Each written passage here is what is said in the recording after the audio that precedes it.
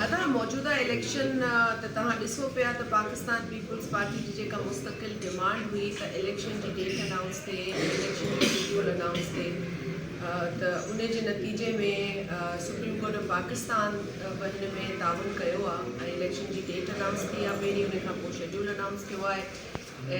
हिकिड़ी क़यासराई सम्झो त कूड़ी ख़बरूं हुयूं त इलेक्शन न थींदो या डिले थींदो, पर कुझु पाकिस्तान जी तारीख़ अहिड़ी रही आहे जिथे जॾहिं बि असेंबली जो टाइम पीरियड ख़तमु थियो आहे त अहिड़े क़िस्म जी अफ़वाहूं थींदियूं आहिनि ऐं हर जेको जमहूरी पसंदि शख़्स है या जमहूरी जमात है उहा त इलेक्शन में यकीन रखे थी। ऐं पीपल्स पार्टी जे चेयरमैन जनाब बिलावल भुट्टो ज़रदारी साहब शुरू खां वठी उहो वाहिद लीडर आहे सॼे पाकिस्तान में जेको इलेक्शन जी घुर पियो करे, इलेक्शन जी डिमांड पियो करे। त असां सम्झूं था इलेक्शन निहायत ज़रूरी आहे ऐं पहिरीं त असां 90 ॾींहंनि जी ॻाल्हि कई, पर 90 डेज़ में न थिया। पोइ बि असां चयो त जल्द अज़ जल्द इलेक्शन जो अनाउंसमेंट अचे।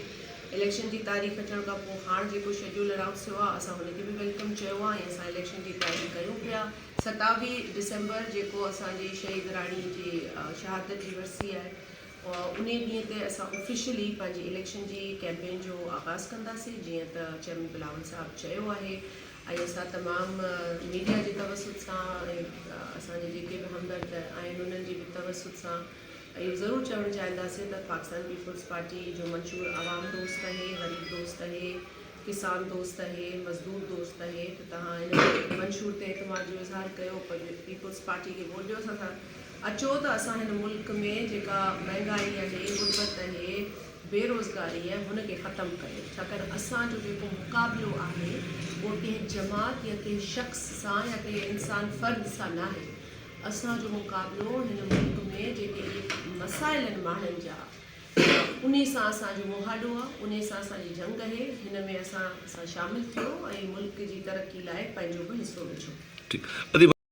अदा मूंखे ख़बर न आहे त हिन ज़िले में भरायो या न भरायो, पर किथे बि भरायो हुजे, ॻाल्हि इहा आहे त इहा बदकिस्मती हूंदी आहे सियासी जमातुनि जी जॾहिं हुननि खे सियासी कारकुन नथा मिलनि।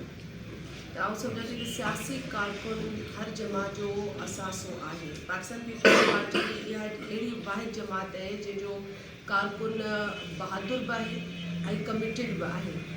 ऐं इहा ई वजह आहे त असां जॾहिं इलेक्शन में टिकट जो टाइम ईंदो आहे त कोशिशि इहा ई थींदी आहे त पार्टी सां लाॻापियल जेके सियासी कारकुन आहिनि उन्हनि खे तरजीह ॾिजे।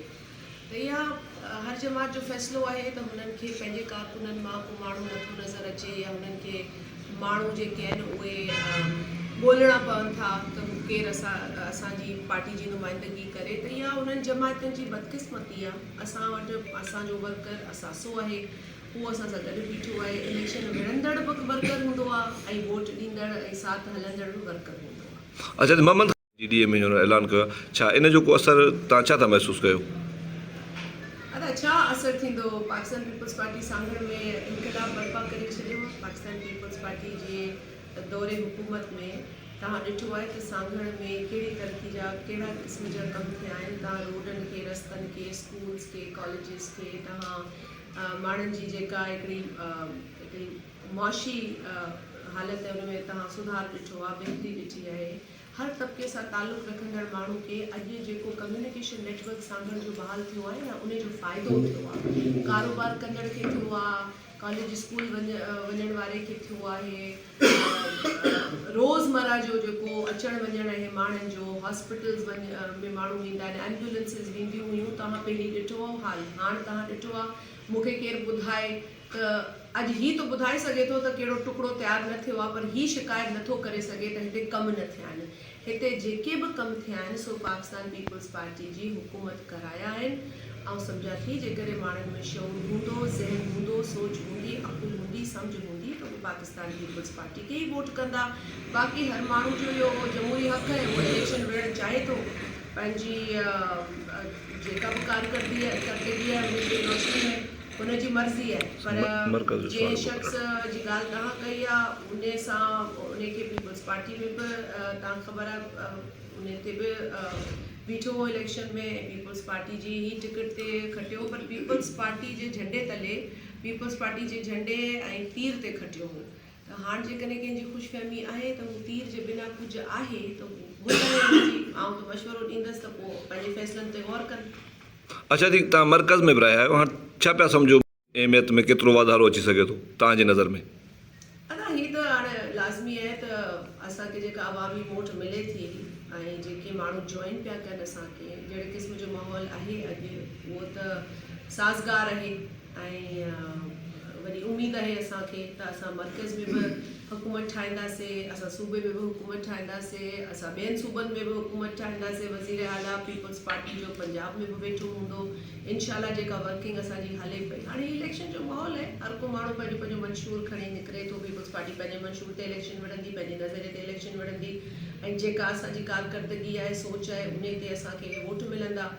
त आउं सम्झां थी त को दावो त वॾो केर बि नथो करे सघे, पर इहा यकीन असांखे ज़रूरु आहे पंहिंजे नज़रिए ऐं पंहिंजी मंशूर जी जेका मज़बूती आहे उन ते इनशाला अवामी वोट मिले पई ऐं इलेक्शन्स में मिलंदी ऐं उन जी बुनियाद ते इनशाला ताला असां मथे ऐं हेठि ॿई हुकूमत ठाहींदासीं।